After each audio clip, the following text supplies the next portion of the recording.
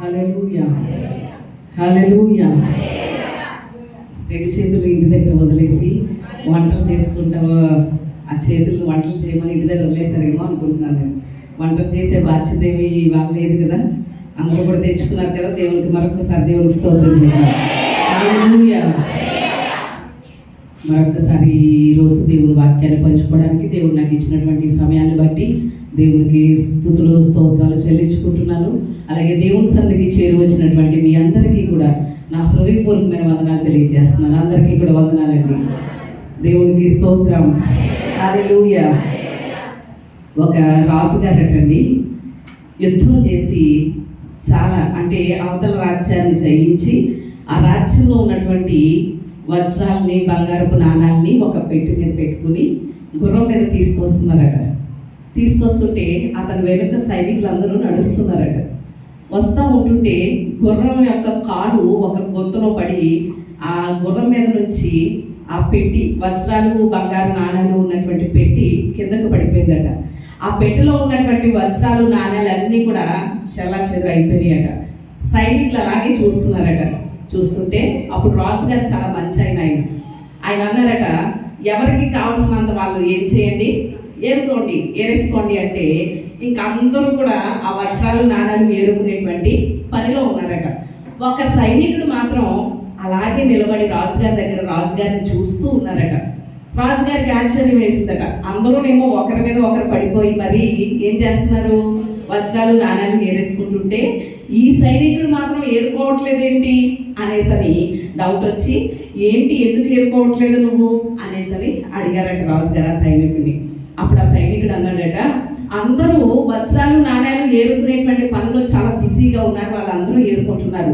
ఈలోగా మీకు ఏ దిక్కు నుండి అపాయం వస్తుందో, ఏ దిక్కు నుండి ఆపద వస్తుందో, ఏ దిక్కు నుండి శత్రువు మిమ్మల్ని అటాక్ చేస్తారో తెలియదు కదా, అందుకని మిమ్మల్ని కనిపెట్టుకుని ఉన్నాను నేను. ఇక్కడ ఈ వజ్రాల కన్నా నాణ్యాల కన్నా మీరే నాకు విలువైనటువంటి వారు అనేసని అన్నాడట ఆ సైనికుడు. వెంటనే రాజుగారు ఆ సైనికుడిని తన అంతరంగిక కార్యదర్శిగా ఎంచుకుని ఒక పెట్టె నిండా వజ్రాలు బంగారపు నాణ్యాలు ఇచ్చారట. దేవునికి స్తోత్రం. హల్లెలూయా. అంటే అక్కడ ఏరుకున్న వాళ్ళకి ఎన్ని దొరుకుంటాయి?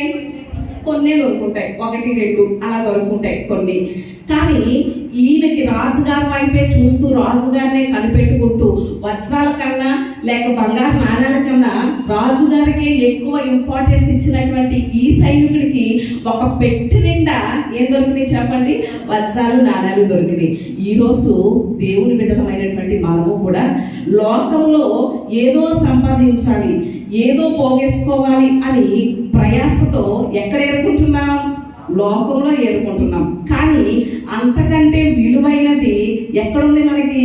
దేవుని సన్నిధిలో ఉంది. దేవునికి స్తోత్రం.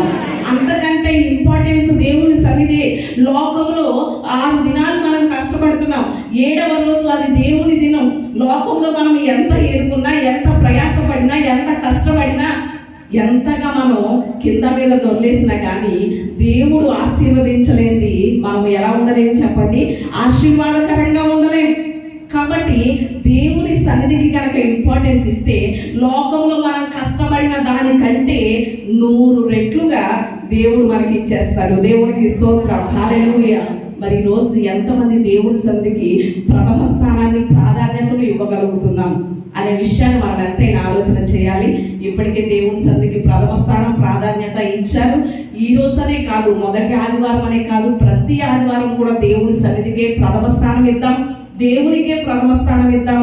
ఆయన ఇచ్చేటువంటి లోకంలో మనం ప్రయాసపడితే రాలేనటువంటి అంతకంటే గొప్ప దీవెనలతో ఆయన నింపగలడు కనుక అలాంటి ఆశీర్వాదాలు దీవెనలు పొందుకుందాం. ఆమేన్. హల్లెలూయా. వర్తమానం అయిపోయింది అనుకుంటున్నారు, ఇప్పుడు స్టార్ట్ అవుతుంది అనమాట.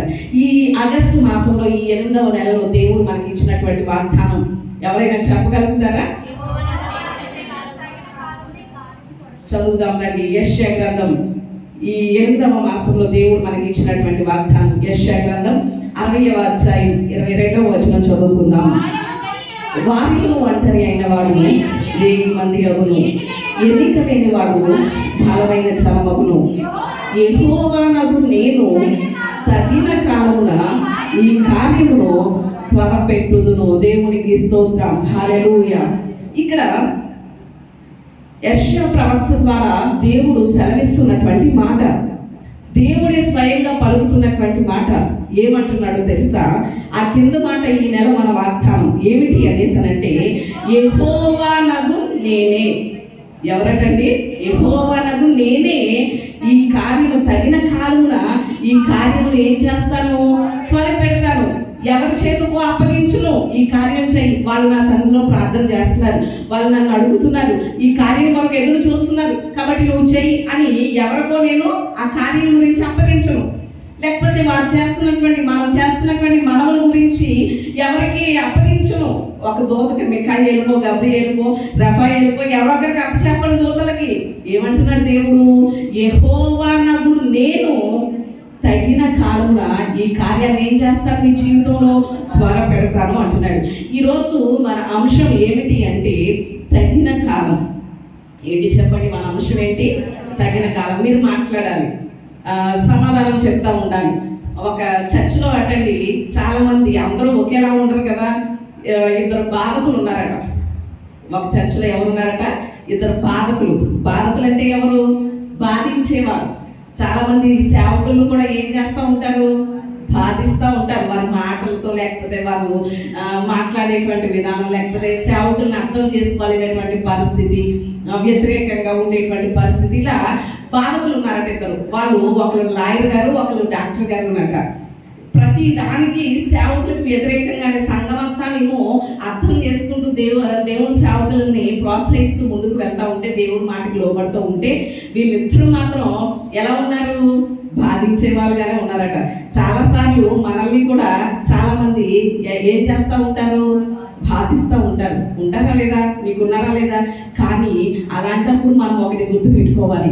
ఏంటో తెలుసా? బాధపరచబడే వారి పక్షంగా దేవుడు ఉంటాడు. దేవునికి స్తోత్రం. హల్లెలూయా. మనం బాధకులుగా ఉండకూడదు. అవసరమైతే బాధించబడే వారిగానే ఉండాలి.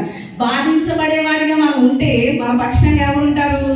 దేవుడే ఉంటాడు. అలా సేవకుల్ని చాలా ఇబ్బంది పెడతా వచ్చారట చాలా సంవత్సరాల నుంచి వాళ్ళిద్దరు కూడా.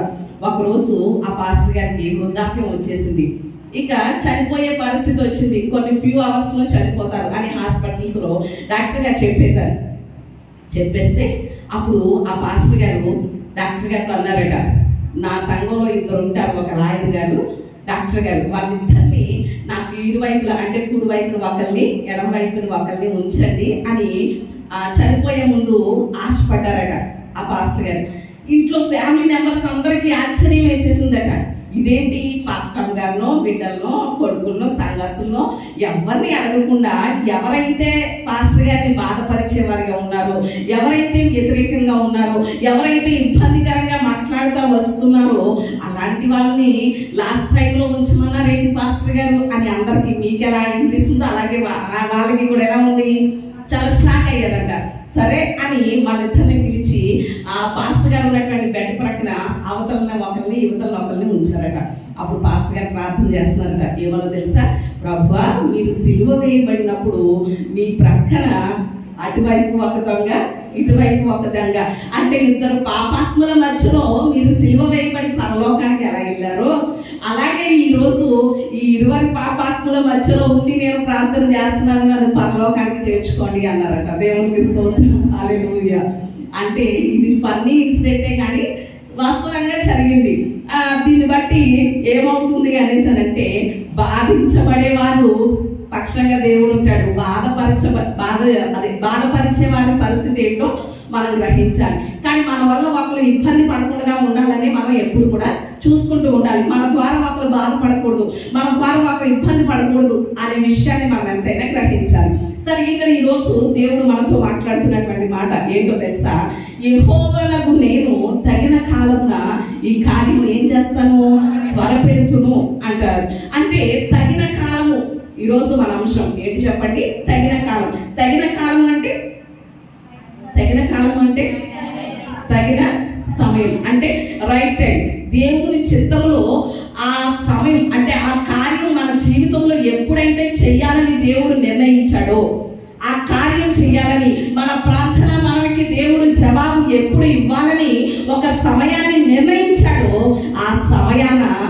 తప్పనిసరిగా ఆయన కార్యం చేస్తాడట. దేవునికి స్తోత్రం, హల్లెలూయా.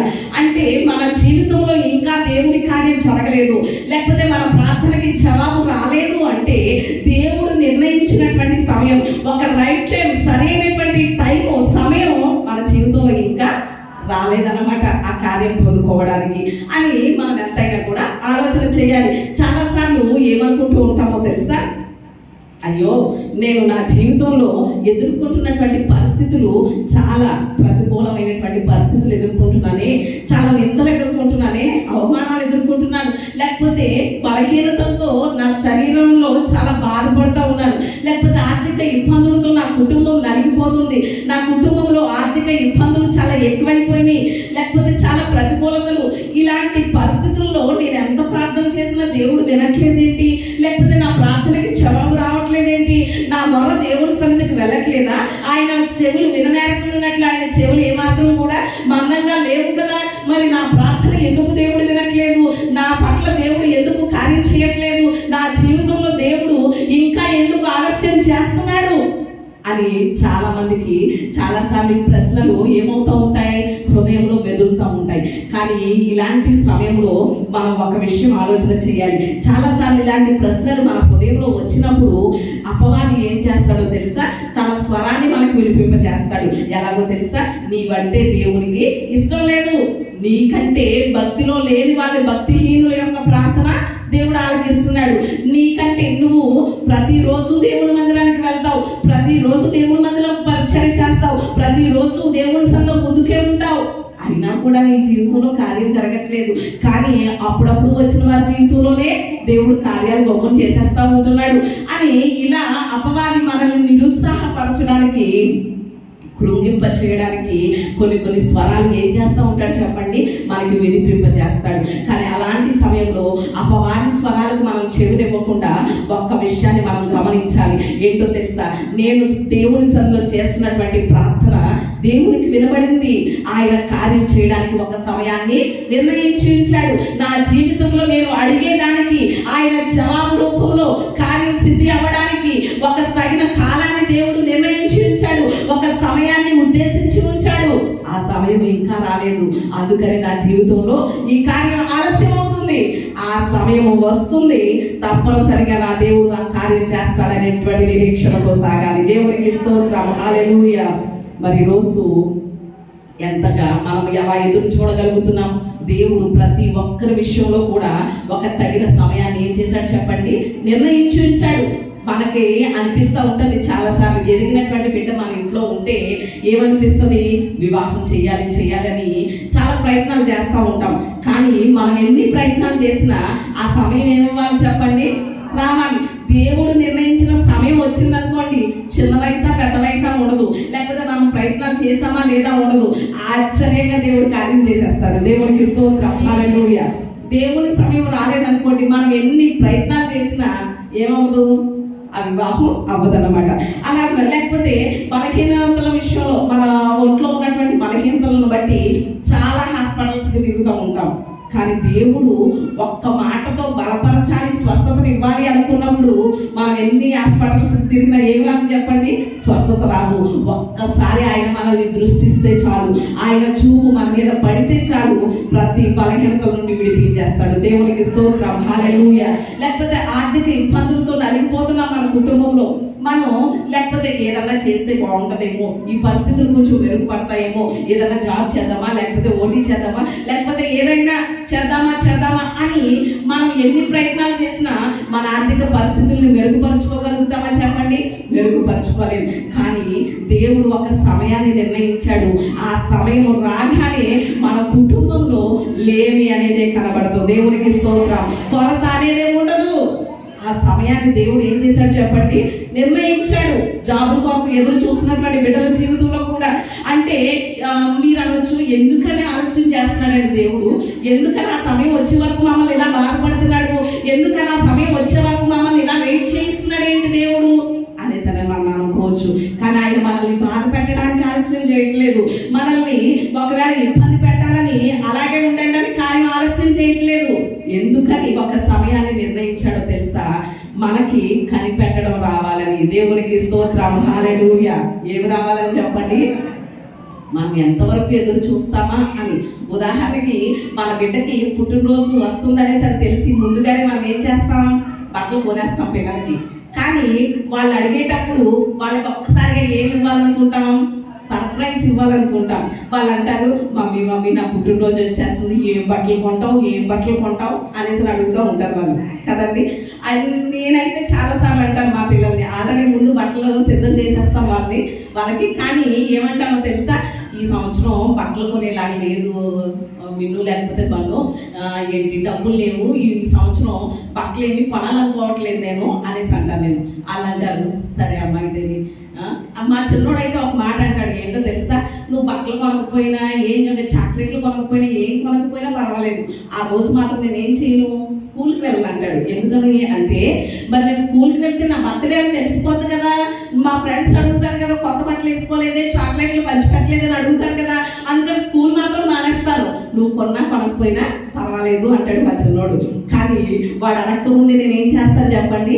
ఆ బట్టలు కొనేసి ఉంచేస్తాను. దేవునికి స్తోత్రం. అంటే వాళ్ళకి ఒక్కసారిగా ఏం ఇవ్వాలనుకుంటాం? మనం సర్ప్రైజ్ ఇవ్వాలనుకుంటాం. అది ఇవ్వగానే వాళ్ళ కళ్ళల్లో ఏం చూడాలనుకుంటాం? ఆనందం చూడాలనుకుంటాం. అంటే మనం ప్రేమించి మన బిడ్డల జీవితంలోనే సర్ప్రైజ్ చూడాలి, వాళ్ళ ముఖంలో ఆనందం చూడాలని మనం అనుకుంటే, మన పరలోకపు తండ్రి కూడా మనల్ని ఒక్కసారిగా ఎలా చేయాలనుకుంటాడు? ఆనందభరితులుగా మనల్ని నింపాలనుకుంటాడు. దేవునికి స్తోత్రం. అందుకని కొన్నిసార్లు ఎంతవరకు మనం ఆయన అడుగుతామా, ఎంతవరకు ఆయన చేసే వరకు వేచి ఉంటాం, ఎంతవరకు ఆయన చేసే వరకు మనం కనిపెడతాం అని కొన్నిసార్లు ఆ కార్యాన్ని ఏం చేస్తాడు చెప్పండి? ఒక సమయం కొరకు ఆగుతూ వస్తూ ఉంటాడు. మనం ఏమాత్రం కూడా ఆ విషయంలో ఏమవ్వకూడదు చెప్పండి? ఏమాత్రం ఇబ్బంది పడకూడదు, లేక మన ప్రయత్నాలు చేయకూడదు.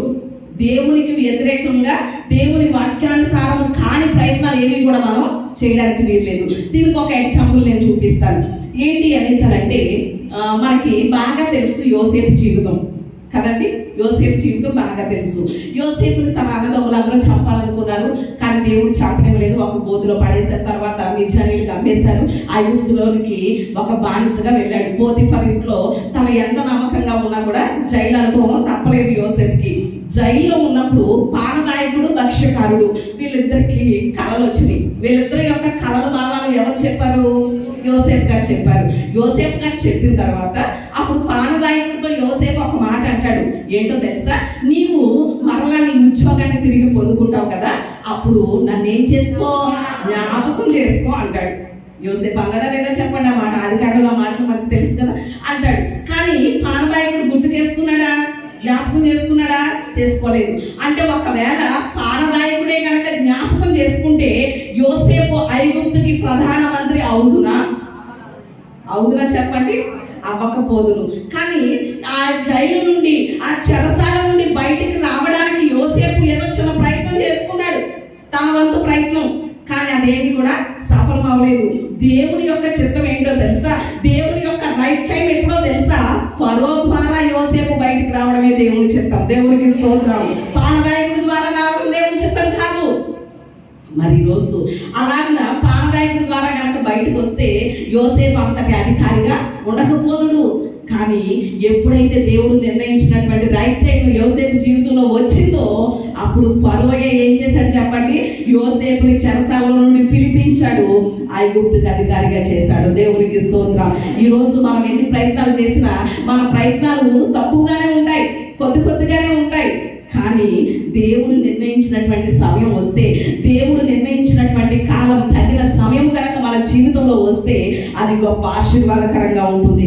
అందుకనే జ్ఞాని అయినటువంటి సొలొమోను ప్రసంగి గ్రంథంలో ఒక మాట చెప్తున్నాడు. చూడండి ఒకసారి. ప్రసంగి గ్రంథం 3వ అధ్యాయం, ప్రసంగి గ్రంథం 3వ అధ్యాయం 17వ వచనం చదువుకుందాం ఒకసారి. ప్రతి ప్రయత్నమునకు, ప్రతి క్రియకును తగిన సమయం ఉన్నదనియు, నీతిమంతులకును దుర్మార్గులకును దేవుడే తీర్పు తీర్చుననియు నా హృదయంలో నేను అనుకుంటుని. దేవునికి స్తోత్రం. హల్లెలూయా. మహాజ్ఞానము చేత నింపబడినటువంటి సొలొమోను రాసినటువంటి మాటలు ఇవి. ఏంటో తెలుసా? చాలాసార్లు మనకి అనిపిస్తుంది, దుర్మార్గులే ఎలా ఉన్నారు? వర్ధిల్లిపోతున్నారు, బాగా ఉన్నారు, కానీ నీతిమంతులుగా ఉండి యథార్థవంతులుగా ఉన్నటువంటి మనం ఏమాత్రం కూడా దీవెన చూడలేకపోతున్నాం, మన జీవితంలో ఆశీర్వాదం చూడలేకపోతున్నాం అనుకుంటాం. కానీ ఆ దుర్మార్గుడు వర్ధిల్లినా కూడా తరువాత నీతిమంతుల్ని దేవుడు హెచ్చించడానికి వీటన్నిటికీ ఏముందట, ప్రతిదానికి ఒక సమయం ఉన్నదట. దేవునికి స్తోత్రం. నీ జీవితంలో కూడా ఒక సమయాన్ని దేవుడు నిర్ణయించాడు. నీ జీవితంలో కూడా ఒక రైట్ టైంని దేవుడు ఉద్దేశించి ఉంచాడు. నీ జీవితంలో నువ్వు చేసినటువంటి ప్రార్థనకి ఆయన ఆలకించాలని, నీ ప్రార్థనకు జవాబు ఇవ్వాలని, ప్రతి దానికి కూడా నువ్వు దేవుని సన్నిధిలో మొర పెడుతున్నటువంటి ఆ మొరకు ఆయన కార్యం చేయాలని ఒక సమయాన్ని నిర్ణయించాడు. ఆ సమయం వచ్చినప్పుడు దేవుడు తప్పక కార్యం చేస్తాడు.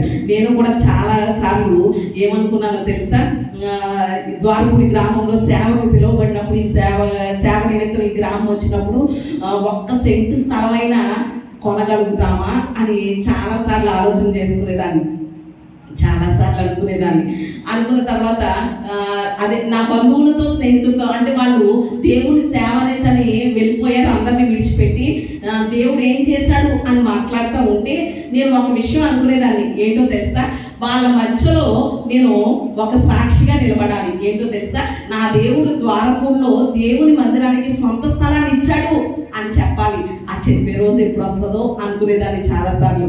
కానీ వచ్చిందా లేదా చెప్పండి? దేవుడు ఒక సమయాన్ని నిర్ణయించాడు. నా జీవితంలోనే కాదు, మందిర విషయంలోనే కాదు, దేవుని సన్నిధిలో చాలా మంది ప్రార్థన అవసరం కోరిన వారి విషయంలో కూడా నేను చాలాసార్లు అనుకునేదాన్ని. వాళ్ళ విషయంలో వివాహం ఎప్పుడు అవుతుందో, ఎలాంటి భర్త వస్తాడో, ఈ కార్యం వీళ్ళ జీవితంలో ఎలా జరుగుతుందో, ఎప్పుడు జరుగుతుందో అని నా మనసులో చాలా మంది విషయంలో అనుకున్నటువంటి విషయాలు చాలా, ఎప్పుడు అవుతుందో, అసలు దేవుడు ఎలా చేస్తాడో చూడాలి అనేసి అనుకునేదాన్ని చాలా మంది జీవితంలో.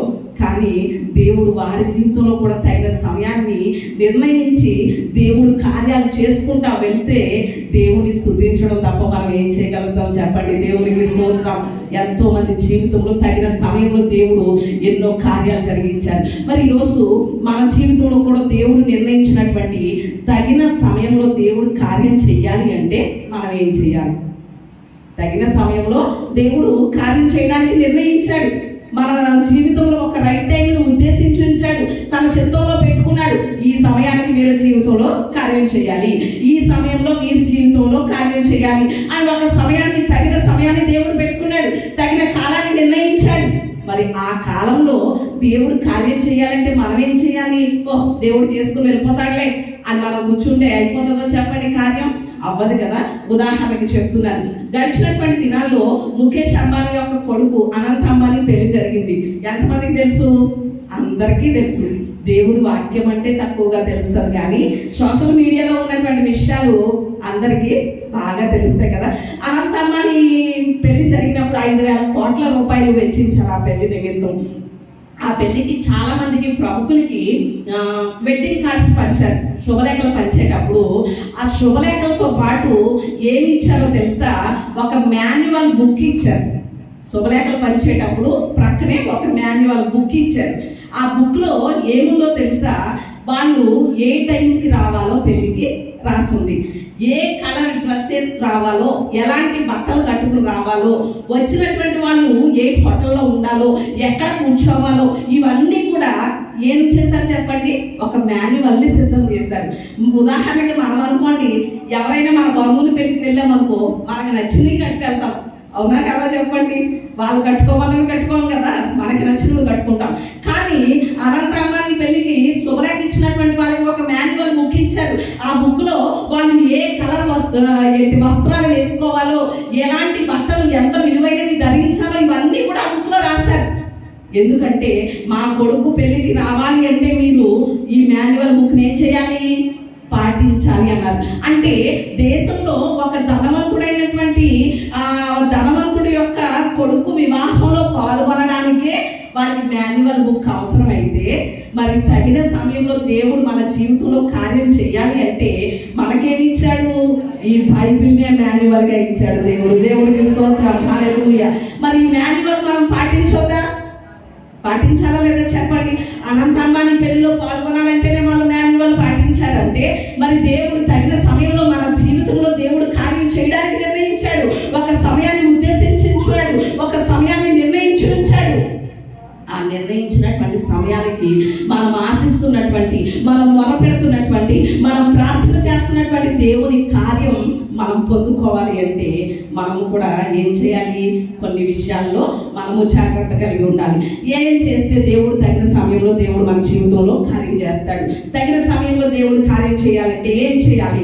ఒక 4 విషయాలు నేను త్వరగానే చెప్పి ముగిస్తాను. రండి, ప్రకటన గ్రంథం, యోహాను రాసినటువంటి ప్రకటన గ్రంథం 11వ అధ్యాయం, ప్రకటన గ్రంథం 11వ అధ్యాయం 18వ వచనం చదువుకుందాం. జనములు కోపగించినందున నీకు కోపం వచ్చాను, మృతులు తీర్పు పొందుటకును నీ దాసులకు ప్రవక్తలకును పరిశుద్ధులకును నీ నామమును భయపడిన వారికి తగిన ఫలం ఇచ్చుటకును గొప్పవారేమి పొందువారేమి భూమిని నశింపచేయు వారిని నశింపచేయుటకును సమయం వచ్చినదని చెప్పిరి. దేవునికి స్తోత్రం, హల్లెలూయా. ఇందులో మనం కొన్ని మాటలు ఆలోచన చేద్దాం. ఇక్కడ ఈ ప్రకటన యోహాను ద్వారా రాయబడినటువంటి ప్రకటన గ్రంథంలో దేవుడు తెలియజేస్తున్నటువంటి మాట ఏంటో తెలుసా? ఆయన నీ నామమునకు భయపడి వారికి తగిన ఫలం ఇవ్వడానికి ఏమొచ్చిందట? సమయం వచ్చిందని చెప్తున్నారు. అంటే ఈరోజు దేవుడు మన జీవితంలో తగిన కాలంలో కార్యం చేయాలి అంటే, ఫలం ఇవ్వాలి అనేసనంటే తగిన సమయంలో మనకి ఆయన కార్యాన్ని నిర్ణయించినటువంటి కార్యం మన జీవితంలో చేయాలి. తగిన సమయంలో ఆయన కార్యం మనం పొందుకోవాలి అంటే ఏం చేయాలి? ఏం చేయాలి? ఇక్కడ ఆల్రెడీ రాసింది కదా, నీ నామమునకు భయపడు వారికి తగిన ఫలం ఇస్తాడు, ఇవ్వడానికి సమయం వచ్చేసింది అని చెప్తున్నారు వాళ్ళు. అంటే ఈ రోజు మన జీవితంలో తగిన సమయం దేవుడి కార్యాన్ని పొందుకోవడానికి, తగిన సమయంలో దేవుడు ఇచ్చేటువంటి ఆ ఫలాన్ని మనం పొందుకోవాలి అంటే ఏం చేయాలి చెప్పండి? దేవునికి భయపడే వారిగా ఉండాలి. దేవునికి స్తోత్రం, హల్లెలూయా. ఏం చేయాలి చెప్పండి? మొట్టమొదటిగా దేవునికి భయపడాలి. దేవునికి భయపడే వారి జీవితంలో తగిన సమయంలో దేవుడు ఏం చేస్తాడట? కార్యం చేస్తాడట. మరి ఈరోజు ఎంతవరకు దేవునికి భయపడే వారిగా ఉన్నాం? ఒక విషయం చెప్పమంటారా? ఏంటి అనేసనంటే, ఈరోజు అన్యులకి దేవుడు అంటే భయం ఉంది. అయ్యో మీ దేవుడు చాలా గొప్పవాడండి, శక్తిమంతుడండి అనేసి చెప్తా ఉంటారు. అంటే అన్యులు చాలా భయపడతా ఉంటారు చాలా సార్లు. ఉదాహరణకి సేవకులుగా మేము వెళ్ళినప్పుడు కూడా వాళ్ళు చాలా గౌరవిస్తూ ఉంటారు, చాలా గౌరవించి మాట్లాడుతూ ఉంటారు. ఏమాత్రం తోలనాడరు సేవకుల్ని. మళ్ళీ ఏమంటారో తెలుసా వాళ్ళు? అయ్యో మీ దేవుడు గొప్పవాడు, సేవకులు అంటే దేవునికి ప్రతినిధులుగా ఉన్నవారు మీరు, కాబట్టి మిమ్మల్ని కూడా మేము చులకనగా చూడకోవడానికి వీల్లేదు అనేసని మాట్లాడుతూ ఉంటారు. అంటే దేవునికి ఎంత గౌరవిస్తున్నామో మిమ్మల్ని అంతే గౌరవించాలి అంటారు. అంటే ఒక విషయం ఆలోచన చేయండి, దేవుడంటే తెలియని వాళ్ళకి దేవుడంటే భయం ఉంది, సేవకులు అంటే గౌరవం ఉంది. ఈ రోజు దౌర్భాగ్య పరిస్థితి ఏంటో తెలుసా? క్రైస్తవ్యంలో దేవుడంటే తెలియలేని అన్యజనులకి దేవుడంటే భయం ఉంది, కానీ దేవుడంటే తెలిసినటువంటి మనకి ఏం లేదు? భయం లేదు, ఏమాత్రం భయం లేదు. దేవుడి సన్నిధికి వచ్చే విషయంలో భయం లేదు. ఉదాహరణకి మీరు పనికి వెళ్ళేటప్పుడు సోమవారం నుండి శనివారం వరకు ఏం చేస్తారు? తెల్లవారుజామున లేచిపోయి క్యారేజీలు సర్దేసుకుని ఎన్ని చేసేస్తారు. ఆదివారం వచ్చేసరికి ఏమొచ్చేస్తుంది? నిర్లక్ష్యం వచ్చేస్తుంది. అంటే అక్కడ పని చేసే దగ్గర యజమానుడంటే భయం ఉంది, లేట్గా వెళ్తే కుదరదు, వాళ్ళు ఊరుకోరు. అంటే ఆ యజమానుడు అంటే భయం ఉంది, కానీ ఎవరంటే భయం లేదు? దేవుడు అంటే భయం లేదు. దేవుని సన్నిధిలో దేవుని ఆరాధించడానికి ఒక సమయాన్ని దేవుడు నిర్ణయించాడు కదా. ఆయన మన కోసం ఎదురు చూస్తున్నాడు కదా.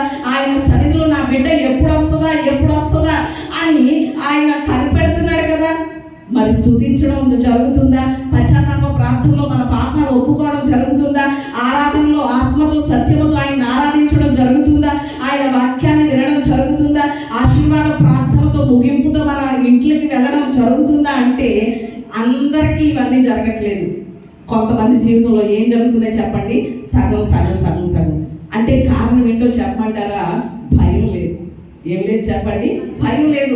ఉదాహరణకి మన బలహీనత నిమిత్తం ఒక డాక్టర్ గారి దగ్గరికి వెళ్ళామంటే ఆ డాక్టర్ గారు అపాయింట్మెంట్ ఎప్పుడు ఇచ్చారో, ఎన్ని గంటలకు ఇచ్చారో అన్ని గంటలకు ముందే ఏమవుతుందో చెప్పండి?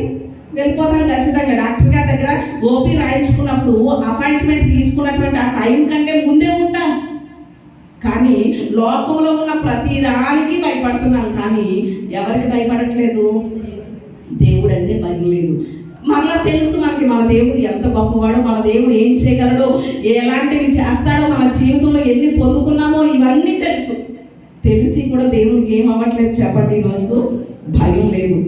గడిచినటువంటి దినాల్లో వాతావరణం బాగా లేనప్పుడు చాలా మంది నాకు ఏం చేశారో తెలుసా? ఫోన్ చేశారు, ఈరోజు ప్రార్థన ఉందండి, ఆరాధన ఉందండి అని ఫోన్లు చేశారు. అంటే ఒక్క విషయం ఆలోచన చేయండి, వాతావరణం బాగా లేదని స్కూల్కి ఎవరైనా ఫోన్ చేశారా మీ పిల్లల్ని పంపించడానికి? చెయ్యలేదు.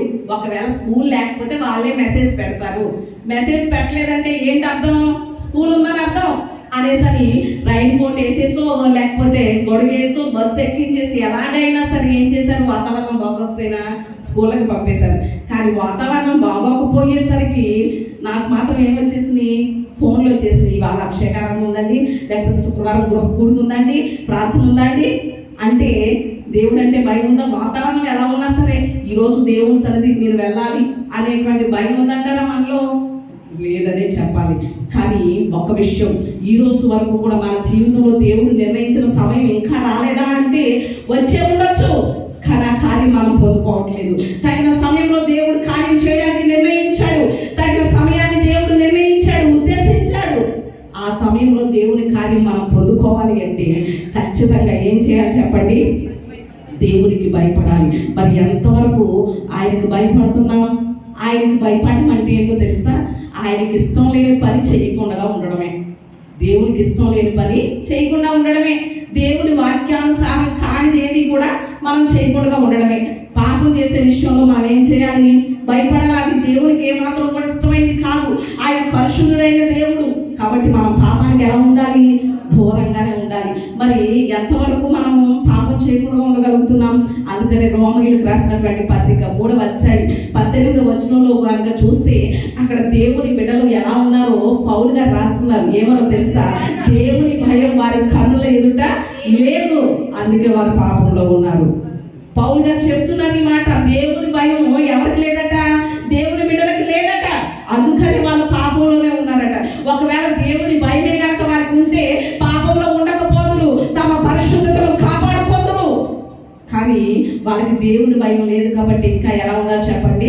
పాపంలోనే నిలిచి ఉన్నారు అనేసి పౌలు చెప్తున్నాడు. అందుకని కీర్తనకారుడు కూడా చెప్తాడు, 4వ కీర్తన 4వ వచనంలో ఏమని ఉంటుందో తెలుసా? భయము నొంది పాపము చేయకూడదు అనే మాట కనిపిస్తుంది. దేవునికి స్తోత్రం. ఏం చేయకూడదట? భయం ఉంది, పాపం చేయకూడదట. అంటే దేవుడు అంటే భయం ఉంటే మనం పాపం చేసే విషయంలో భయపడతాం. యోసేపుకి పాపం ఎదురైనప్పుడు, పోతీఫర్ భార్య ద్వారా పాపం ఎదురైనప్పుడు అప్పటికి దేవుడి వాక్యం ఏమైనా ఉందా? లేదు. ధర్మశాస్త్రం ఏమైనా ఉందా? లేదు. కానీ తన మనస్సాక్షి మీద ఆధారపడి తన పరిశుద్ధతను ఏం చేశాడు చెప్పండి? కాపాడుకున్నాడు. ఈ రోజు మనకి ఇన్ని వాక్య వాగ్దానాలు ఉన్నాయి, ఇన్ని వచనాలు ఉన్నాయి, ఇన్ని దేవుని మాటలు ఉన్నాయి, ఇన్ని దేవుని ఆజ్ఞలు ఉన్నాయి. అయినా కూడా పాపం చేసే విషయంలో మనం ఏమవ్వట్లేదు? భయపడట్లేదు. యోసేపు అంటాడు, నేను దేవునికి భయపడివాడను అని చెప్తున్నాడు, సాక్ష్యం ఇచ్చుకుంటున్నాడు తన గురించి. మరి ఈరోజు మనం ఎంతవరకు దేవునికి భయపడగలుగుతున్నాం? దేవునికి భయపడినటువంటి అబ్రహాము జీవితంలో తగిన సమయంలో దేవుడు ఎలాగైనా హెచ్చించాడో మనకి తెలియదా? అబ్రహాముని ఎంతగా దేవుడు ఆశీర్వదించాడో మనకి తెలియదా? మనకి తెలుసు. మరి ఈరోజు ఎంతవరకు మనం భయపడగలుగుతున్నాం దేవునికి? ఎంతవరకు దేవుని సరిదంటే భయపడగలుగుతున్నాం? దేవుని సేవకులంటే భయపడగలుగుతున్నాం? ప్రార్థన అంటే భయపడగలుగుతున్నాం? ఒక్కసారి ఆలోచన చేయాలి.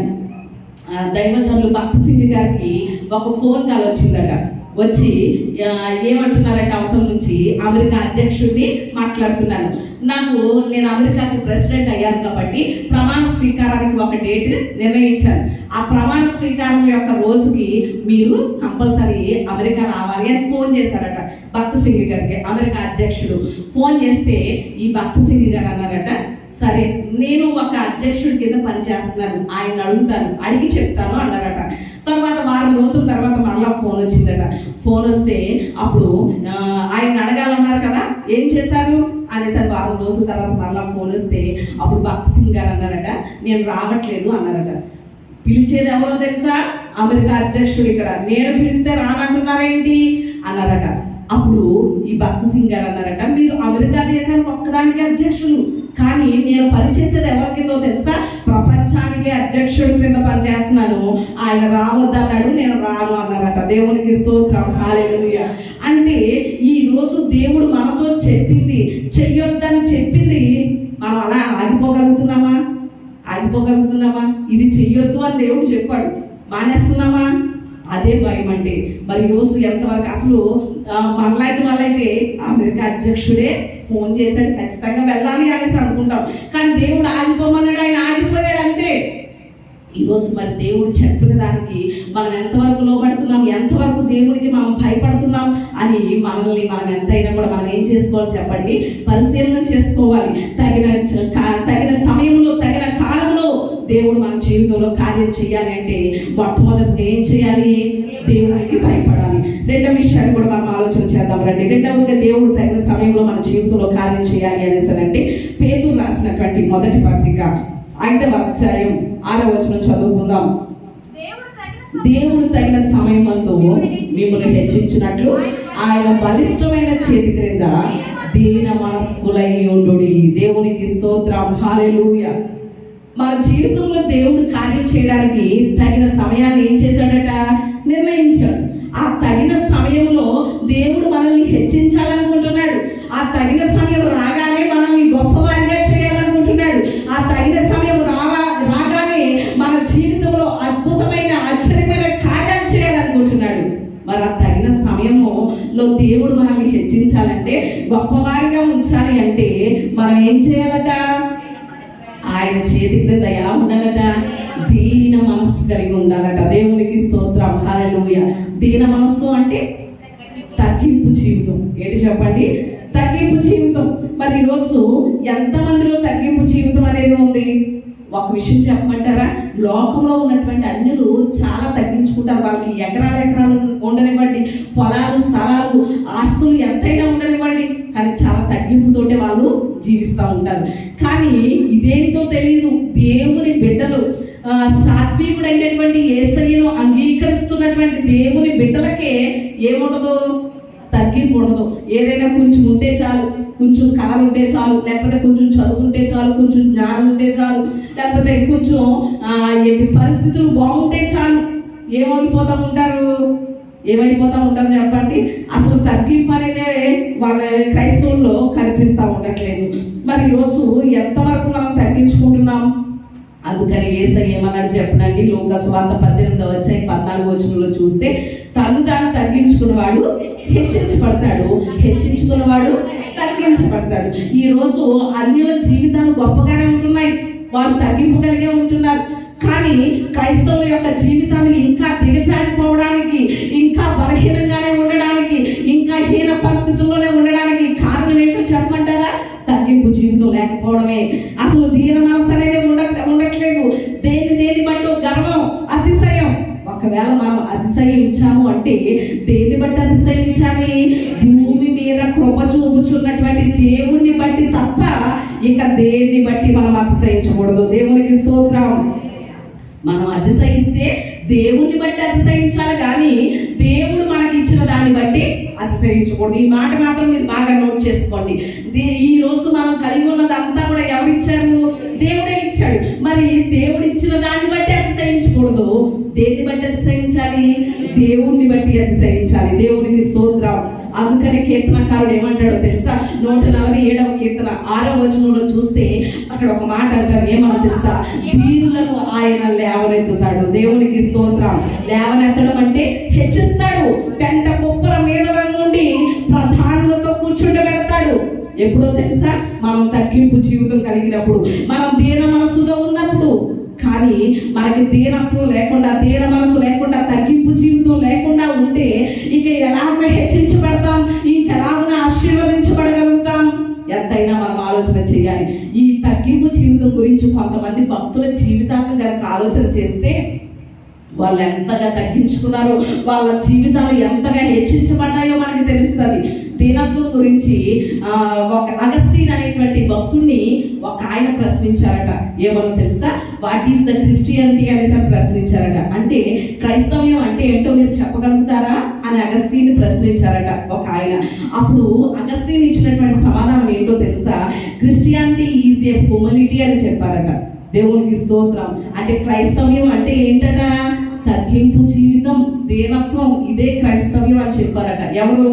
అగస్టిన్ గారు. మరి ఈరోజు నేటి క్రైస్తవుల్లో అది కనిపిస్తుందా? క్రైస్తవ్యానికి నిర్వచనం కనిపిస్తుందా? ఒక్కసారి ఆలోచన చేయాలి. అలాగే ఆండ్రూ ముర్రే అనేటువంటి ఒక భక్తుడిని దీనత్వం అంటే ఏంటి అని ప్రశ్నించారట. అప్పుడు ఆండ్రూ ముర్రే ఏం చెప్పారో తెలుసా? తగ్గింపు జీవితం గురించి.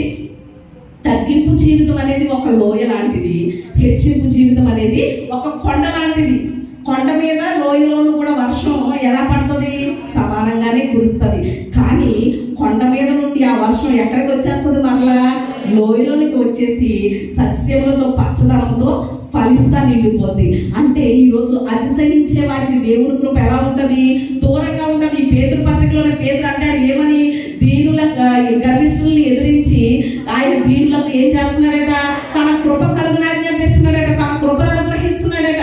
అంటే దేవుని కృప కూడా గర్విష్ఠులకి ఎలా ఉంటుంది చెప్పండి? దూరంగానే ఉంటుంది. అంటే కొండ మీద వర్షం పడితే నిలబడుతుందా? నిలబడదు. అలాగే దేవుని కృప కూడా గర్విష్ఠుల దగ్గర, అతిశయించే వారి దగ్గర ఉండదు, వారి మీద నిలబడదు. ఎవరి మీద ఉంటుంది దేవుని కృప? అంటే లోయలోకి వర్షం ఎలా వచ్చేస్తుందో అలాగే దేవుని కృప కూడా తగ్గించుకున్న వారి మీదే ఉంటుంది. దేవునికి స్తోత్రం. హల్లెలూయా. మరి ఈరోజు క్రైస్తవ్యానికి నిర్వచనమైనటువంటి తగ్గింపు జీవితం మనం ఎంతవరకు కలిగి ఉన్నాం అనేది ఆలోచన చేయాలి. అబ్రహాం లింకన్ అమెరికాకి ప్రెసిడెంట్గా చేశారు ఒకప్పుడు. ఆయన ప్రెసిడెంట్ కాకముందు ఆయన చర్చిలో చేసినటువంటి పని ఏంటో తెలుసా? అందరూ కంగారు కదా, మనకి టైం మెయింటెనెన్స్ ఉండదు కదా, టైం ప్రకారం రాము. ఈలోగా పాస్టర్ గారు పాట పాడేస్తూ ఉంటారు. అందుకని అయ్యో పాట మొదలెట్టేశారు పాస్టర్ గారు, అయ్యో కొయ్యలు నిలబడిపోయారు, నేను నిలబడాలని పరిగెట్టుకుని వచ్చి చెప్పులు ఏం చేస్తాం చెప్పండి? అటొకటి ఇటొకటి తీసేసి గబగబా మెట్లెక్కేస్తూ ఉంటాం పరిగెట్టుకుని. అలాగా కింద చెప్పుల దగ్గర ఉండేవారట. ఎవరు? Abraham Lincoln. చెప్పుల దగ్గర ఉండి చెల్లాచెదురుగా పాడేసినటువంటి ఆ చెప్పులన్నిటినీ కూడా ఒక జోడులుగా ఏ చెప్పు దిగి ఆ చెప్పుకి జతలుగా లైన్గా పెట్టి ఉంచేవారట.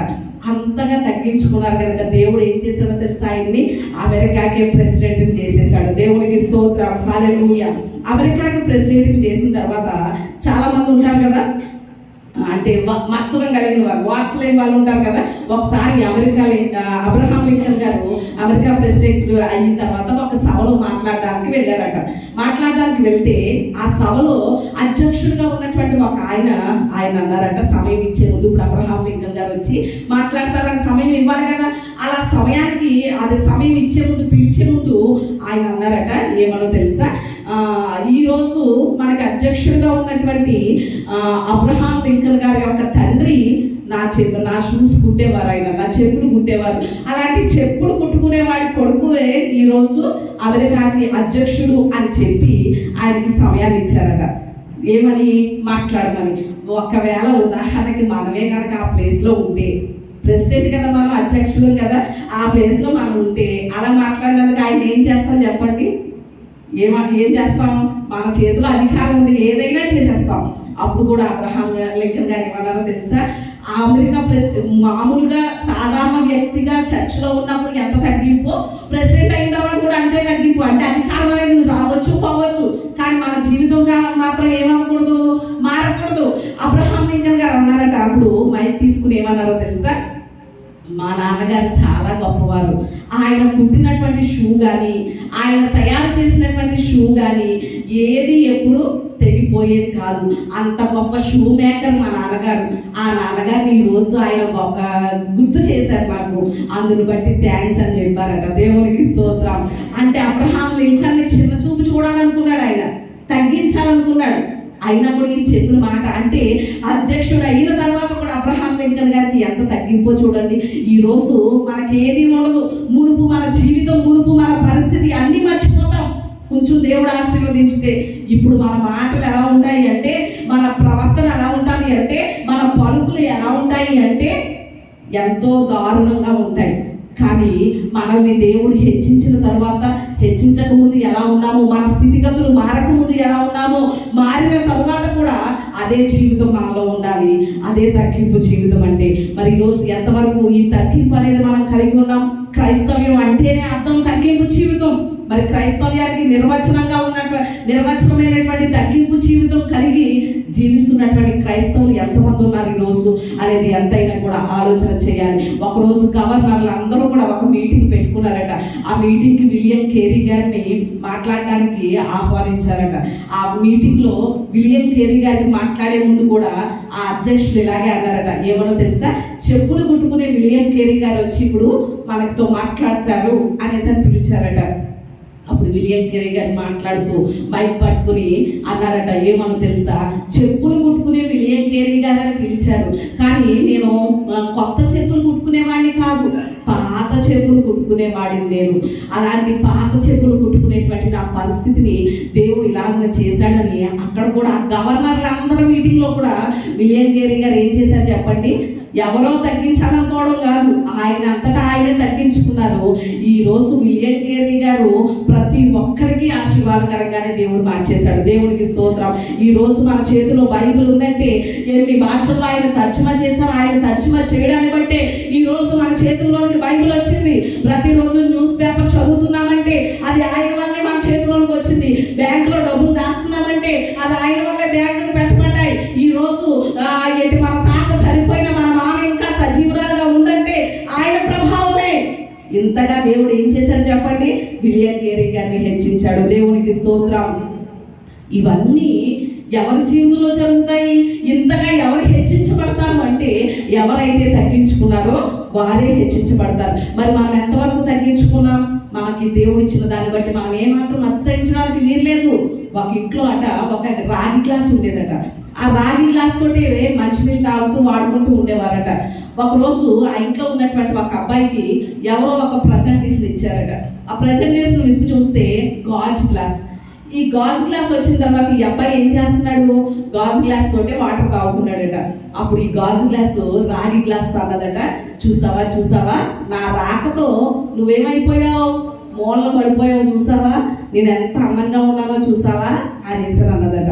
అప్పుడు రాగి గ్లాస్ అన్నదట, నీ అందమైన నీ ముచ్చటైన 3 నాళ్ళే, కంగారు పడకు అన్నదట రాగి గ్లాస్. ఒకరోజు ఈ అబ్బాయి వాటర్ తాగుతూ చేయి జారి కింద పడిపోయిందట. గాజు గ్లాస్ ఏమైపోయింది? పగిలిపోయిందట.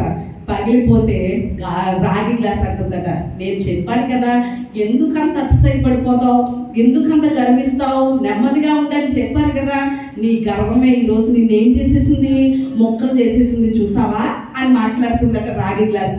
ఈలోగా వంటగదిలో నుండి ఆ బాబు యొక్క తల్లి వచ్చి ఒక చేట చీపురు తెచ్చి ఆ పెంకులన్నీ ఎత్తి ఎక్కడ వేసేసింది? డస్ట్బిన్లో వేసేసింది. అంటే గర్వించే వారి యొక్క జీవితాలు ఎప్పుడు ఎక్కడికి వెళ్ళిపోతాయి చెప్పండి? చెత్త కుప్పకే చేరతాయి. ఈరోజు మనం తగ్గించుకుంటే మన జీవితాలు అనేకులకు ఆశీర్వాదకరంగా మారుతాయి. క్రీస్తునొద్దకు మన జీవితం చేరుతుంది. ఈరోజు ఎంతవరకు మనం తగ్గించుకుంటున్నాం అనేది ఎంతైనా ఆలోచన చేయాలి. తగిన సమయంలో తగిన కాలంలో దేవుడు మన జీవితంలో కార్యం చేయాలి అంటే ఏం చేయాలి చెప్పండి? మొట్టమొదటిదిగా దేవునికి భయపడాలి. రెండవది ఏం చేయాలి? దీన మనస్సు కలిగి ఉండాలి. మరి ఎంతవరకు కలిగి ఉంటున్నాం అనేది ఎంతైనా ఆలోచన చేయాలి. మూడవదిగా అందరూ ఎలర్ట్గా ఉన్నారా? నిద్రపోయే వాళ్ళందరూ దేవుని స్తోత్రం చెప్దామా ఒకసారి? చాలా మంది నిద్రపోతున్నారు అనమాట. అంటే నా వాక్యం అలాగా జోలపాటగా ఉందన్నమాట. ఎలర్ట్గా ఉండండి. దేవుని మాటలు వినేటప్పుడు ఏమాత్రం నిద్ర అనేది ఆవరించకుండా జాగ్రత్త పడదాం. మూడవదిగా దేవుడు తగిన సమయంలో దేవుడు మన జీవితంలో కార్యం చేయాలంటే ఏం చేయాలి? మూడవదిగా 104వ కీర్తన 27వ వచనం చదువుకుందాం. తగిన కాలమున నీవు వాటికి ఆహారం ఇచ్చుచున్నావని అవన్నీ నీ దయ కొరకు కనిపెట్టుచున్నవి, నీవు వాటికి పెట్టినది అవి కూర్చుకొను. దేవునికి స్తోత్రం. హల్లెలూయా. అలాగే 145వ కీర్తన 15వ వచనం చదువుకుందాం. సర్వజీవుల కనులు నీ వైపు చూచుచున్నవి, తగిన కాలమందు నీవు వారికి ఆహారం ఇచ్చుదువు. దేవునికి స్తోత్రం. హల్లెలూయా. ఇక్కడ మనము ఆలోచన చేస్తున్నాం. సర్వజీవులు కూడా దేవుని వైపు ఏం చేస్తున్నాయట? కనిపెడుతున్నాయట. ఏమని? తగిన సమయంలో దేవుడు మాకు ఆహారం ఇస్తాడు. తగిన సమయంలో ఆయన మమ్మల్ని పోషిస్తాడు. మాకు ఏ సమయానికి ఏది కావాలో మా దేవునికి తెలుసు, ఆయన అనుగ్రహిస్తాడు అని సర్వజీవుల యొక్క కన్నులు కూడా, సర్వజీవులు కూడా ఎవరి వైపు చూస్తున్నాయి? దేవుని వైపు చూస్తున్నాయి. దేవుడు ఇస్తాడని కనిపెడుతున్నాయి. మరి ఈరోజు మానవులమైనటువంటి మనము కూడా తగిన సమయంలో దేవుడు మన జీవితంలో కార్యం చేయాలంటే మూడవదిగా ఏం చేయాలి చెప్పండి? కనిపెట్టాలి. సర్వజీవులు కనిపెడుతున్నాయి తగిన సమయంలో ఆయన ఆహారం ఇస్తాడని. మరి మనం ఎందుకు కనిపెట్టలేకపోతున్నాం? సర్వజీవుల కంటే శ్రేష్టమైన వారిగానే దేవుడు మనల్ని చేశాడు కదా. ఆ జీవులే కనిపెట్టేటప్పుడు మనం ఎందుకు కనిపెట్టలేకపోతున్నాం అనేది ఎంతైనా కూడా ఆలోచన చేయాలి. ఒక రోజు అంటండి, ఒక రాజుగారు ఉన్నారట. ఆయన ఎక్కువసేపు దేవునితోటే సహవాసం చేస్తూ ఉంటారట, ఎక్కువసేపు దేవునిలో ప్రార్థన చేసుకుంటూ ఉంటారట. అలాంటి రాజుగారికి ఒక ఆలోచన వచ్చిందట. ఏమన్నా తెలుసా? ప్రభువా, నువ్వెంత గొప్ప దేవుడివి, ప్రపంచంలో ఉన్నటువంటి ప్రతి జీవరాశికి కూడా తగిన సమయంలో నువ్వేమిస్తున్నావు? ఆహారం ఇస్తున్నావు. కానీ నాకు ఒక ఆలోచన వచ్చింది. ఏంటో తెలుసా? ప్రపంచం మొత్తం అంతా నేను ఆకలి తీర్చాలంటే తీర్చలేను, కానీ ఓన్లీ నా రాజ్యంలో ఉన్నటువంటి సర్వజీవులకి, అంటే పక్షులకి, పశువులకి, మనుషులకి, నా రాజ్యంలో ఉన్న వాళ్ళందరికీ ఒక్క పూట భోజనం పెట్టాలని ఉందయ్యా అనేసి అన్నారట. సరే అన్నారట దేవుడు. అంటే ఒకరోజు నిర్ణయించుకున్నాడట ఆయన, రాజుగారు నిర్ణయించుకుని సముద్రపు ఒడ్డున వంటలన్నీ ఏర్పాటు చేస్తున్నారట. చాలా మందిని పరివారాన్ని పెట్టి వంటలన్నీ సిద్ధం చేసేసారట. ప్రతి జీవికి, పశువులకి, పక్షులకి, అన్నింటికి ఆహారం సిద్ధం చేసేసారట. ఈలోగా ఆ సముద్రంలో ఉన్నటువంటి ఒక తిమింగలం యేసయ్యకి మొరపెడుతుందట. ఏమో తెలుసా? ప్రభువా, సమయం అయిపోయింది, ఆకలి వేస్తుంది, ఎంతసేపు ప్రభువా ఇంకాని అని మొరపెడుతుందట తిమింగలం. అప్పుడు ప్రభు అన్నారట, వెయిట్ వెయిట్ వెయిట్, ఆగు, కాసేపు ఆగు, కాసేపు ఆగు అన్నారట దేవుడు. అన్న తర్వాత పావుగంట అయిపోయిందట. ఇంకా తిమింగలానికి ఏం రాలేదు? ఆహారం రాలేదు. ప్రభువా, ఏంటి ప్రభువా ఈ ఆకలి, ఈ రోజు ఇంత వెయిట్ ఏంటి అనేసి అంటుందట తిమింగలం. కాసేపు వెయిట్ చేయి, కాసేపు వెయిట్ చేయి అంటున్నారట దేవుడు. అరగంట అయిపోయిందట. తిమింగలానికి ఏం రాలేదు?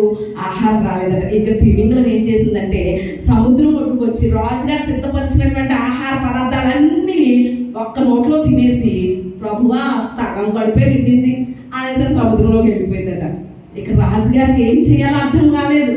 ప్రతి ఒక్కరికి భోజనాలు, రాజ్యంలో ఉన్న వాళ్ళందరికీ భోజనాలు, పక్షులకి, పశువులకి, అన్నింటికి సిద్ధపరిచింది అంతా ఎక్కడికి వెళ్ళిపోయింది? తిమింగలం నోట్లోకి వెళ్ళిపోయింది. అదేమో సగమే నిండింది అంటుంది. ఏం చెయ్యాలి అని అర్థం కాక వచ్చి తన గదిలో ఏడుస్తూ మోకరించారట. ప్రభువా, నువ్వు ఎంత గొప్ప దేవుడువో కదా, నీ శక్తి ఏంటో నాకు తెలియలేదయ్యా, ఇంతగా నీతో సహవాసం చేస్తున్నాను కానీ నువ్వు ప్రతి ప్రాణికి ఏ సమయానికైనా సిద్ధపరుస్తున్నావో నేను గ్రహించలేకపోయానయ్యా. నా అజ్ఞానాన్ని దయతో క్షమించు, కానీ ఆకలితో ఉన్న ఈ ప్రజల కడుపులు మాత్రం నింపు అని ప్రార్థన చేస్తున్నారట రాజుగారు. ఆయన అలా ప్రార్థన చేస్తూ ఉంటే ఈలోగా డోర్ కొట్టారట. తలుపు కొట్టిన శబ్దం వచ్చి వెళ్ళి తలుపు తీశారట. తలుపు తీస్తే అప్పుడు ఎదురుగా కొంతమంది పరివారం ఉన్నారట. అంటున్నారట, ఏమన్నా తెలుసా? పక్క రాజ్యంలో యువరాజు గారి యొక్క పెళ్లి జరిగింది. మిగిలిపోయినటువంటి వంటకాలన్నీ బండ్ల మీద తీసుకొచ్చాం, మీరు కనుక అనుమతిస్తే మీ ప్రజలందరికీ వాటిని వడ్డించాలనుకుంటున్నాం, వడ్డించమంటారా రాజుగారు అని వాళ్ళు పనివారు చెప్పారట. అప్పుడు వెంటనే ప్రభువా, ఎంత గొప్ప దేవుడు అయ్యా, పక్క రాజ్యంలో యువరాజు పెళ్లిలోనే నా ప్రజలకు ఏం చేసేసావు? నువ్వు ఆహారాన్ని సిద్ధపరిచేసావా అని దేవునికి స్తోత్రం చెప్పి వడ్డించమన్నారట రాజుగారు. దేవునికి స్తోత్రం, హల్లెలూయా. అంటే ఈరోజు మన యొక్క పరిస్థితి కానీ, మన యొక్క కష్టాలు కానీ, మన యొక్క ఇబ్బందులు కానీ మనుషులకి కనుక చెప్పామనుకోండి, వాళ్ళు ఎలా చూస్తారు? మనల్ని అలసుగా చూస్తారు, నీచకంగా చూస్తారు, చులకనగా చూస్తారు. కానీ దేవుని కొరకు కనుక మనం కనిపెడితే ఆయన తగిన సమయంలో తప్పక కార్యం చేస్తాడు. దేవునికి స్తోత్రం, హల్లెలూయా. మరి ఈరోజు ఎంతవరకు కనిపెట్టగలుగుతున్నాం? చాలా మందికి ఎలా ఉంటుందో తెలుసా? ఈ ఆధునిక జనరేషన్లో ఫాస్ట్ ఫుడ్స్ వచ్చేసినాయి కదా. ఫాస్ట్ ఫుడ్స్ ఎలాగ తయారవుతున్నాయో దేవుని సన్నిధిలో మనం చేసే ప్రార్థనకి కూడా ఏమొచ్చేయాలి? వెంటనే అంతే ఫాస్ట్గా సమాధానం వచ్చేయాలి అనేసరి. ఎంత ఫాస్ట్ ఫుడ్ సెంటర్లు వచ్చినా, లేకపోతే కొన్ని విషయాలు ఎంత ఫాస్ట్గా జరిగినా, ఒక బిడ్డ తల్లి గర్భంలో నుండి రావాలి అంటే ఎన్నాళ్ళు వెయిట్ చేయాలి చెప్పండి? ఎన్నాళ్ళు కనిపెట్టాలి? 9 నెలలు కనిపెట్టాలి. 3 నెలలకే వచ్చేది మాకు బిడ్డ, 5 నెలలకే మాకు పుట్టేయాలంటే పుట్టేస్తాడా చెప్పండి? కనిపెట్టవలసిన సమయం ఖచ్చితంగా కనిపెట్టాలి. ఈరోజు మన జీవితంలో కూడా దేవుడు చేసేటువంటి కార్యం మనం చూడాలి అంటే, దేవుడు నిర్ణయించినటువంటి సమయం మనకి రావాలి అంటే ఖచ్చితంగా మనం ఏం చేసి తీరాలి చెప్పండి? కనిపెట్టాలి. మనం కనిపెడితే ఆయన మనల్ని సిగ్గుపరచడు. హల్లెలూయా. ఆ మాట కూడా చూద్దాం రండి ఒకసారి. 25వ కీర్తన 3వ వచనంలో చూడండి, భక్తుడు ఎంత మంచి మాట అంటాడో. నీ కొరకు కనిపెట్టు వారిలో ఎవ్వడును సిగ్గునొందడు. దేవునికి స్తోత్రం. హల్లెలూయా. అయ్యో దేవుడు నా జీవితంలో కార్యం చేస్తాడని కనిపెడుతున్నాను, కానీ అయ్యో ఈ కార్యం జరగట్లేదే, ఆలస్యం అవుతుందే, నేను సిగ్గుపడిపోవాలేమో. నా బంధువుల మధ్యలో సిగ్గుపడిపోవాలా? నా స్నేహితుల మధ్యలో సిగ్గుపడిపోవాలా? నా రక్త సంబంధికుల మధ్యలో సిగ్గుపడిపోవాలా? నా ఇరుగు పొరుగు వారి మధ్యలో సిగ్గుపడిపోవాలా? నా కుటుంబంలో సిగ్గుపడిపోవాలా? ప్రజల మధ్యలో సిగ్గుపడిపోవాలా? నా గ్రామంలో సిగ్గుపడిపోవాలా అని ఒకవేళ అనుకుంటున్నామేమో. కానీ దేవుని కొరకు కనిపెట్టు వారిని ఆయన ఎవ్వరిని కూడా ఏం చేయడు చెప్పండి? సిగ్గుపడనివ్వడు. మనం కనిపెడితే మనం సిగ్గుపడకుండానే మన తలను పైకెత్తే దేవుడు. దేవునికి స్తోత్రం. మనకి ఒక ఎగ్జాంపుల్గా కనుక ఒక వ్యక్తిని మనం కనుక చూసుకుంటే, 2వ రాజుల గ్రంథం 2వ గ్రంథం 25వ అధ్యాయం 27వ వచనంలో ఒక వ్యక్తి మనకి కనిపిస్తాడు. ఆ రాజు ఎవరు అంటే యెహోయాకీను అనే రాజు కనిపిస్తాడు అక్కడ. నేను చెప్పిన రిఫరెన్స్ మీరు నోట్ చేసుకోండి. 2వ రాజుల గ్రంథం 25-27వ వచనం. అక్కడ యెహోయాకీను అనేటువంటి రాజు మనకి కనిపిస్తాడు. ఈ రాజుని బబులోనికి ఎలా తీసుకెళ్ళిపోయారు అంటే చెరగా తీసుకెళ్ళిపోయారు. బబులోని యొక్క రాజు అయినటువంటి నెబుకద్నెజరు వచ్చి చెరకు తీసుకెళ్ళిపోయాడు. యెరూషలేములో ఉన్నటువంటి ఉపకరణాలు, దేవుని మందిరాలలో ఉన్నటువంటి బంగారపు ఉపకరణాలు, ప్రజల్ని వీళ్ళందరినీ చెరకు తీసుకెళ్ళిపోయాడు. తీసుకెళ్ళిపోయిన తర్వాత బబులోను రాజు నెబుకద్నెజరు రాజ్యపాలన అయిపోయింది. తర్వాత బెల్షస్సర్ అయిపోయాడు, దర్యావేషు అయిపోయాడు. ఇలా అయిపోయిన తర్వాత మరొక రాజు వచ్చాడు. ఆ రాజు ఎవరంటే ఎవీల్మెరోదక్ అనేటువంటి రాజు వచ్చాడు. ఆ రాజు కాలానికి వచ్చేసరికి ఎన్ని సంవత్సరాలు పట్టిందో తెలుసా? 37 సంవత్సరాలు పట్టింది. ఎన్ని సంవత్సరాలు పట్టింది చెప్పండి? 37 సంవత్సరాలు పట్టింది. ఆ 37వ సంవత్సరానికి వచ్చేసరికి ఎవీల్మెరోదక్ అనేటువంటి రాజు వచ్చాడు.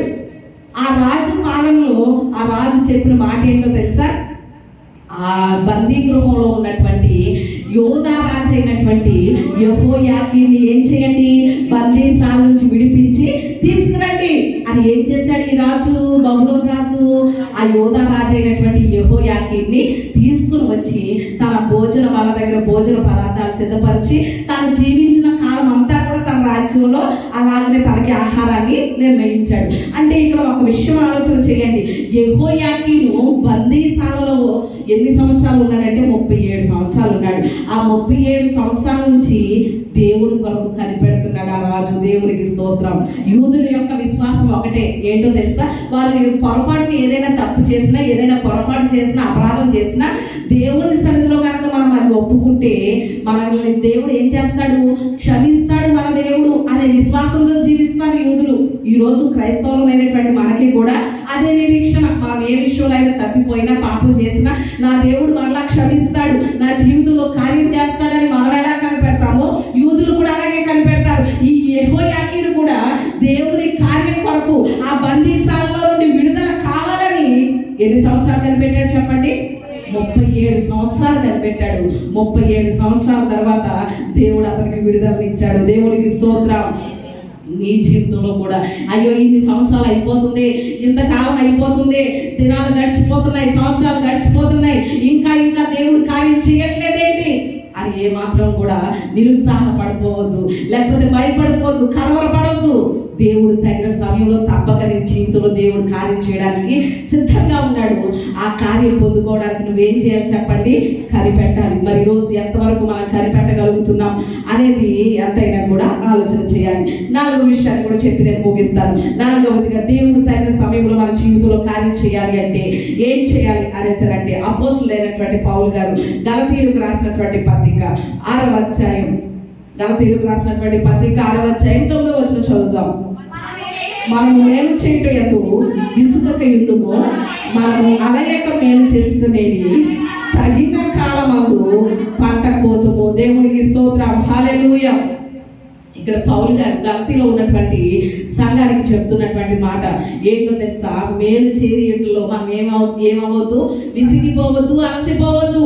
ఎందుకంటే తగిన కాలంలో ఆ మేలు చేసిన దానికి ఏం కోసుకుంటాం? మనం పంట కోసుకుంటాం. కాబట్టి తగిన సమయంలో దేవుడు మన జీవితంలో కార్యం చేయాలి అంటే, తగిన సమయంలో దేవుడు మనల్ని హెచ్చరించాలి అంటే, తగిన సమయంలో మనం పంట కోసుకోవాలి అంటే ముందు మనం ఏం చేయాలి?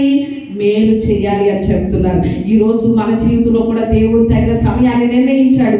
ఆ తగిన సమయం మన జీవితంలో రావాలి అంటే, తగిన కాలంలో దేవుని కార్యం మనం పొందుకోవాలి అంటే, నాలుగవదిగా ఏం చేయాలి చెప్పండి? మేలు చేసే అనుభవం మనకు ఉండాలి. మరి ఈరోజు ఎంతవరకు మనం మేలు చేయగలుగుతున్నాం? ఎంతవరకు మేలు చేయగలుగుతున్నాం? చాలా మంది ఎలా ఉంటారో తెలుసా?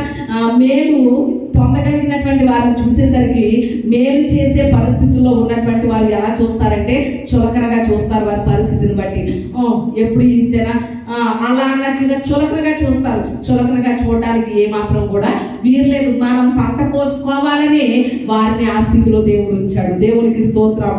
ఒక విషయం, దేవుడు యొక్క ఆలోచనలు ప్రతిదీ కూడా మనం గ్రహించగలగాలి. మనకంటే తక్కువ వారిని చూసి ఏమాత్రం కూడా చులకనగా చూడడం, నీచకంగా చూడడం కాదు. వాళ్ళని ఆ స్థితిలో దేవుడు ఎందుకు పెట్టాడు అంటే, వాళ్ళకి మేలు చేసి మనం తగిన పంట కోసుకోవాలని వాళ్ళని మన కళ్ళ ముందు అలా మేలు పొందేవాడిగా ఉంచాడు. ప్రభువా, నేను పంట కోసుకోవడం కోసమే వారిని నా ముందు ఉంచావా, నీకు స్తోత్రం అని మేలు చేయాలి తప్ప ఏమాత్రం వాళ్ళు ఎలా చూడకూడదు చెప్పండి? చులకనగా చూడడానికి వీరలేదు. లండన్లో అట ఒక వ్యక్తి నడిచి వెళ్తా ఉన్నారట. నడిచి వెళ్తా ఉంటే ఒక బేకరీ ముందు అలా రోడ్డు మీద నడిచి వెళ్తా ఉంటే ఎవరూ లేనటువంటి ఒక బాలుడు ఆ బేకరీలో ఉన్నటువంటి ఆ కేకుల వైపు చూస్తూ ఉన్నాడట. అలా ఈ నడిచి వెళ్తున్నటువంటి వ్యక్తికి అర్థమైందట ఏమనంటే, ఈ బాబుకి ఎవరు లేరు, ఆహారం లేక ఆ బేకరీలో ఉన్నటువంటి ఆ కేకుల వైపే చూస్తున్నాడు. అయ్యో అనిపించి ఆ బాబుని పిలిచి, ఏ బాబు కేకులు కావాలా, ఆకలిగా ఉందా అని అడిగారట. అవునండి, నేను ఆహారం తిని చాలా రోజులైంది, కేక్స్ కావాలని సరే చూస్తున్నాను అనేసారంటే, సర్లే బాబు అని ఆ బేకరీలో ఉన్నటువంటి చాలా కేకులు కొని ఆ అబ్బాయికి ఇచ్చి వెళ్ళిపోతున్నారట.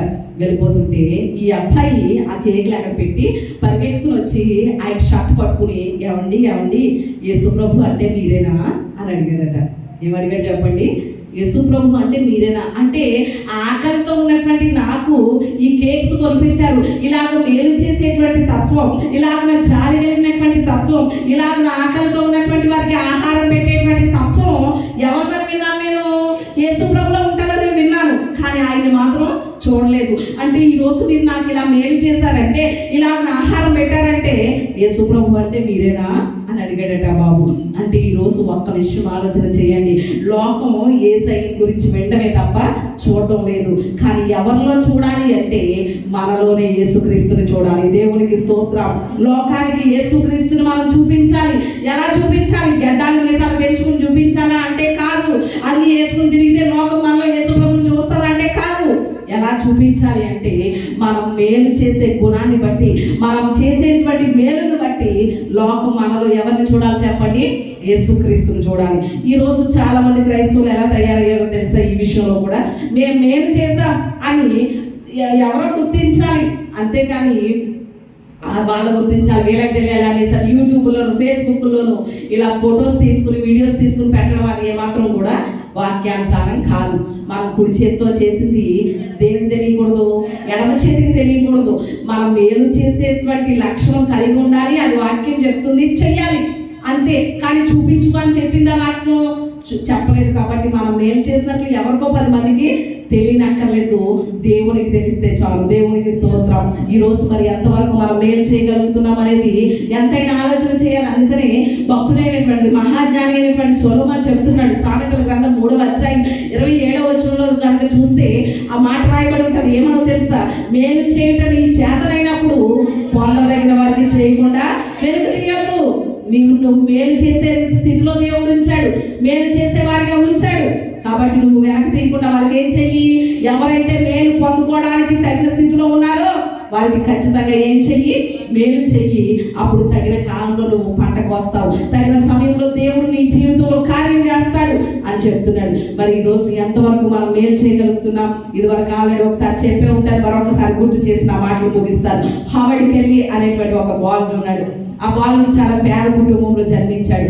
కానీ ఆ బిడ్డకి చదువు అంటే చాలా ఇష్టం. బాగా చదువుకుని ఒక డాక్టర్ అవ్వాలనేటువంటి ఆశతో సేల్స్ బాయ్గా పనిచేసేవాడు. అంటే ఇంటింటికి వెళ్ళి వస్తువులు అమ్ముకుంటూ ఆ డబ్బుతో చదువుకునేటువంటి పరిస్థితి. హవార్డ్కి వెళ్ళి ఒక రోజు నాడు ఒక గ్రామం వెళ్ళి చాలా మందికి గృహాలు తట్టి ఆ వస్తువుల్ని అమ్ముతూ ఉన్నాడు. చాలా ఆకలిగా ఉంది, మధ్యాహ్నం అయిపోయింది, చాలా ఆకలి వేసేసింది. అప్పుడు అనుకుంటున్నాడు మనసులో, ఏమనో తెలుసా, ఇప్పుడు ఒక ఇంటికి వెళ్తాను, ఆ ఇంట్లో డోర్ కొడతాను, ఆ ఇంట్లోంచి ఎవరైతే వస్తారో వాళ్ళని ఏం చేస్తాను, అమ్మ కొంచెం అన్నం ఉంటే పెట్టండి అని అడుగుతాను అని నిర్ణయించుకున్నాడు. ఆ బిడ్డకు వేసే ఆకలిని బట్టి ఒక ఇంటికి వెళ్ళి డోర్ కొడితే ఒక అందమైనటువంటి ఆమె వచ్చి తలుపు తీసింది. అప్పుడు ఈ అబ్బాయికి ఆమె అన్నం పెట్టమని అడగాలంటే కొంచెం సేమ్ అనిపించింది, సిగ్గు అనిపించి, అమ్మ ఒక గ్లాస్తో మంచినీళ్ళు ఇస్తారా అని అడిగాడు. ఆమె లోపలికి వెళ్ళి గ్లాస్తో మంచినీళ్ళు కాదు, ఒక పెద్ద గ్లాస్ నిండా పాలు తీసుకొస్తే ఆ పాలు తాగేశాడు, కడుపు నింపుకున్నాడు. అయిపోయింది. అలా తను చదివేశాడు. చాలా సంవత్సరాలు అయిపోయింది. ఒక హాస్పిటల్లో డాక్టర్గా చేస్తున్నాడు. చాలా సీనియర్ డాక్టర్గా, సర్జన్గా పేరు తెచ్చుకున్నాడు. చాలా దేవుడు ఆశీర్వదించాడు. ఆ హాస్పిటల్కి ఒక రోజు ఒక పేషెంట్ వచ్చింది. ఆ పేషెంట్ని పరీక్షిస్తున్నారు చాలా మంది డాక్టర్లు. చాలా సీరియస్ కండిషన్లో ఉంది ఈమె అనేసి అని అంటున్నారు. ఈ హవార్డ్కి వెళ్ళి కూడా ఎవరి పేషెంట్ అని దగ్గరికి వెళ్ళి చూసేసరికి గుర్తొచ్చింది, చాలా కొన్ని సంవత్సరాల క్రితం ఒక ఆమె గ్లాసులు పాలిచ్చింది కదా, ఆమె అనమాట అండి. ఎక్కడికి వచ్చింది ఇప్పుడు? వృద్ధాప్యంలోకి వచ్చేసింది, హాస్పిటల్కి వచ్చింది. చాలా సివియర్ కండిషన్లో ఉంది, చాలా బలహీనరాలుగా ఉంది.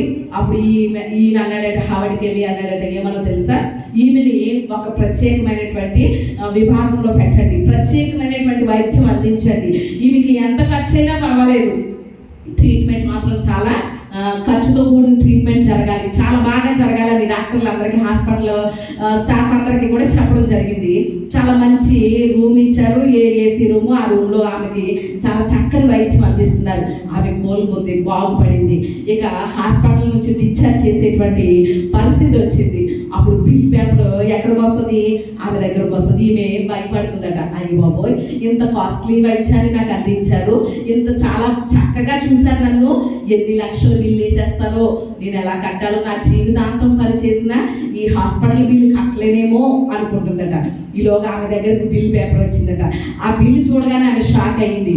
ఆ బిల్లులో ఏమనుందో తెలుసా, paid in full for a glass of milk అనేసి ఉందట. దేవునికి స్తోత్రం. అంటే ఒక్క గ్లాస్ పాలు నీ బిల్లంతా ఏమైంది, కొట్టివేసిపోయి, ఒక్క గ్లాస్ పాలు వల్ల నీ బిల్లంతా కొట్టివేయబడిపోయిందని ఉందట. ఆమెకు అర్థం కాలేదు. అప్పుడు గుర్తొచ్చిందట, ఓహో పలానా రోజు ఒక గ్లాస్ పాలు ఇచ్చాను ఒక బాలుడికి, అప్పుడు చేసినటువంటి మేలును బట్టి ఇప్పుడు లక్షల రూపాయల బిల్లు ఏమైపోయింది, కొట్టివేయబడిపోయింది. అంటే అప్పుడు చేసినటువంటి మేలు గ్లాస్ పాలే, కానీ ఒక్క గోధుమ గింజ భూమిలో వేస్తే ఎన్ని రెట్లు వస్తుంది చెప్పండి, ఎన్ని ధాన్యాలు, ఎన్ని బస్తాలు అవుతుంది ధాన్యం. అలాగా ఆమె ఒక్క గ్లాస్ పాలే నేను చేసింది, కానీ కొన్ని సంవత్సరాల తర్వాత ఎంత పంట, తగిన సమయంలో ఆ హాస్పిటల్లో తనకి ఆ సమయానికి ఆ బిల్లు అవసరం కదండి, లక్షల రూపాయలు అవసరం. కానీ ఆ తగిన సమయానికి ఆ మేలు చేయడం ద్వారా ఏమైంది చెప్పండి, లక్షల రూపాయల బిల్లు కొట్టివేయబడింది. ఈరోజు మనము మేలు చేస్తే తగిన సమయంలో దేవుడు ఖచ్చితంగా మన జీవితంలో ఏం చేస్తాడు చెప్పండి, కార్యం చేస్తాడు. అంటే మరి ఎంతవరకు మనం మేలు చేయగలుగుతున్నాం, ఎంతవరకు మనకి మేలు చేసేటువంటి పరిస్థితుల్లో దేవుడు ఉంచాడు, మేలు పొందుకునే వారికి ఎంతవరకు మనం సహాయం చేయగలుగుతున్నాం అనేది ఎంతైనా కూడా ఆలోచన చేయాలి. మనకి చేయగలిగిన వారికి చేస్తే ఏమాత్రం ప్రయోజనం ఉండదు, కానీ మనకి చేయలేని వారికి కనుక మనం చేస్తే మన జీవితాలు ధన్యమవుతాయి. కీడు చేసి శ్రమ పడుట కంటే మేలు చేసి శ్రమ పడుటే మంచిది. అలాగే మేలు చేస్తే తగిన కాలంలో, తగిన సమయంలో దేవుడు తప్పక మన జీవితంలో కార్యం చేస్తాడు. మరి ఎంతవరకు చేయగలుగుతున్నాం అనేది మనం ఎంతైనా ప్రశ్నించుకోవాలి. ఈరోజు దేవుడు మనతో మాట్లాడుతున్నటువంటి మాట, ఈ నెలకు దేవుడు ఇచ్చినటువంటి వాగ్దాన సందేశం ఏమిటి అంటే, యెహోవానగు నేను తగిన కాలమున ఈ కార్యం ఏం చేస్తాను, త్వరపెడతాను. నీ జీవితంలో త్వరపెడుతున్నాను కార్యం చేయాలని, ఆ సమయం రావాలని నేను నిర్ణయించినటువంటి ఆ సమయం కొరకు త్వరపెడుతున్నాను కార్యం చేయాలని. మరి ఆ కార్యం పొందుకోవాలంటే నువ్వేం చేయాలి అంటే, మొట్టమొదటిగా దేవునికి భయపడే వారిగా ఉండాలి. రెండవదిగా ఏం చేయాలి చెప్పండి, తగ్గింపు జీవితం కలిగినటువంటి వారిగా ఉండాలి. మూడవది దేవుని కార్యం కొరకు కనిపెట్టే వారిగా ఉండాలి. 4వది మేలు చేసే వారిగా ఉండాలి. అలాగను కనుక ఉంటే తగిన సమయం, ఒక రైట్ టైం దేవుడు నిర్ణయించాడు. నా జీవితంలో, మన జీవితంలో, అందరి జీవితంలో ఒక టయాన్ని దేవుడు, ఒక తగిన సమయాన్ని, సరైన సమయాన్ని ఉంచాడు. ఆ సమయానికి ఆయన కార్యం చేయబోతున్నాడు. కార్యం చేయడానికి సిద్ధంగా ఉన్నాడు. కార్యం చేయడానికి త్వరపెడుతున్నాడు. కనుక ప్రభువా, ఈ నెల నీవు ఇచ్చినటువంటి వాగ్దానం నేను స్వతంత్రించుకోవాలి అంటే, నేను భయపడాలని, నేను తగ్గింపు జీవితం కలిగి ఉండాలని, కనిపెట్టాలని, మేలు చేయాలని మాట్లాడావు కనుక అలాగ ఉంటాను. అటు రీతి ఆశీర్వాదం నాకు దయచేయడానికి ప్రార్థన చేద్దాం. అందరం కూడా మోకరించినట్లయితే